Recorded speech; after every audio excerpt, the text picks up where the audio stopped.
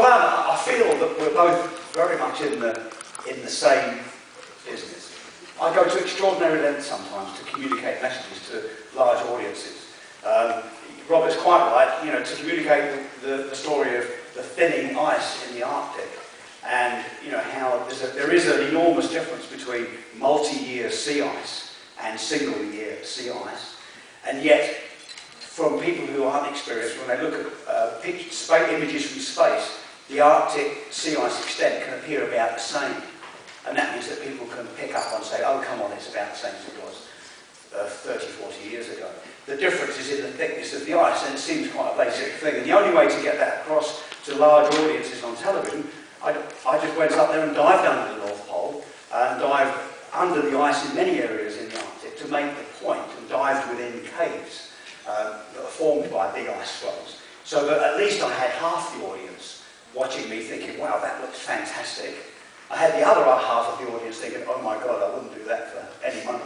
But at least they were watching television about climate change, trying to get these important messages. So I'm at the front line of this kind of thing, seeing these important global issues, and trying to get people to listen and understand.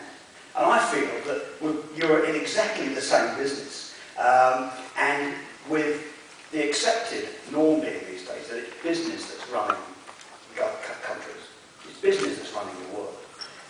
We know that governments are crossing T's and dotting the I's. So we must be in the right place. We're both at the front line, and we have business leaders and influencers here today. So we're at the right place, we've got the right people, and thank you very much for having us along. Now, Pavan, I'm thinking about the future, as we all are. When I'm in Antarctica, and I'm preparing big teams for big projects, I always have that worry about, are we ready? Are we really ready for the bad weather? Are we really ready for the start of a big science expedition? And I never get much feedback from the team. I'm waiting for them to say, yes, we're ready, but often I'm convinced. And then when it happens, we're great at firefighting. We're really great at it. And people like me that work in the field, we see people do brilliantly. Accidents happen, the ice gets thin, we've got crevasses, we've got all these practical, physical things happening, and we're brilliant. But the danger between planning and doing, that gap, is where the danger lies. And I feel we're in the same place here. You know, how is it that we get business and community leaders and global leaders really engaged that the future is going to look a lot different? Well, actually, since Robert has given me this great idea of marijuana, I've just been thinking while you spoke. I don't want to be in the same place as you. No, this could be great, yes. I have lots of land in Australia, actually, because I've been using that to grow rainforest. This is from the days when I was head of money markets for Asia Pacific at Deutsche.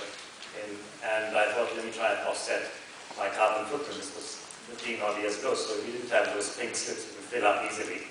So I decided to buy myself a block of land where there used to be a rainforest and slowly plant it back. That's working really well, but clearly I lost an opportunity. Robert, why did we meet earlier? Yes. Marijuana is so much better. But anyway, the good news is that rainforest is coming back. Tree kangaroos have come back. A cassowary, to whom the place actually belongs, the southern cassowary, has come back and has chased me scared on one occasion. So stuff is happening, and of course, next year onwards, I will get the marijuana plants going. Yes, follow Robert's lead.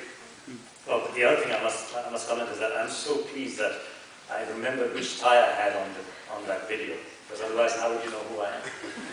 Yes, it's a good man to that. See, I would be wearing polo gear and a diving suit if I followed the same lead. Yes. But yeah, I mean, it is true that the human mind has a kind of congestion point. The English poet T.S. Eliot wrote in his four quartets that humankind can bear only so much reality. And I think therein lies a deep wisdom. And we need to recognize that when we are trying to communicate. And yes, I do try and communicate, but to me, the hook and the means of communication has always been economics. And social, and if you like, the political economy. So I tend to think in terms of what's the economic value of the systems that nature delivers to the economy, And if you're losing nature, then how much economically are you losing? And a number of people have been onto that page, if you like, of trying to work out the economic impacts of nature's losses. Indeed, in a more wide way, a study was done by a research group in London and in the US called TrueCost. And they worked out that the externalities, the so-called third-party costs of doing business as usual, globally, for the top 3,000 corporations, were estimated at $2.15 trillion. That's a big number, yes. And some of you may realize that's about 3.5% of the global economy. So here's the challenge. This clearly is a massive free lunch that those top 3,000 corporations are enjoying. The question is, can that go on forever? And those of you who, like myself, are from a trading background know that free lunches don't last forever. You really have to be careful. You need to make sure that you manage risk. Well, you can of course do what most people do, which is to just wish that risk will go away. But my experience as a trader and a manager of traders and a manager of large banking trading portfolios is that risk doesn't just go away. You've got to really manage it. And that's what I feel we are not doing these days. We are not managing risk. The first step in managing risk is to measure it. You cannot manage what you do not measure. And that first step is to measure it in economic terms, because yes, you're right, Paul, that today is the corporations who kind of run the economic system. We are the single most important institution of our time. We've got to recognize our clout and got to recognize the fact that in order to get stuff done at the political level, it's us and our messaging that will get that done. And why should it be otherwise? Think of the logic, right? Think of the average politician today, whether he's in Africa or Indonesia or the US of A. What's the report card of today's politician? Number one, campaign funding, because without that you can't get it done. Guess who determines campaign funding? The corporation. Number two, GDP growth, as soon as you got in, right? If you don't have GDP growth, then you are dead. People will not believe you as credible. Number three, decent levels of employment.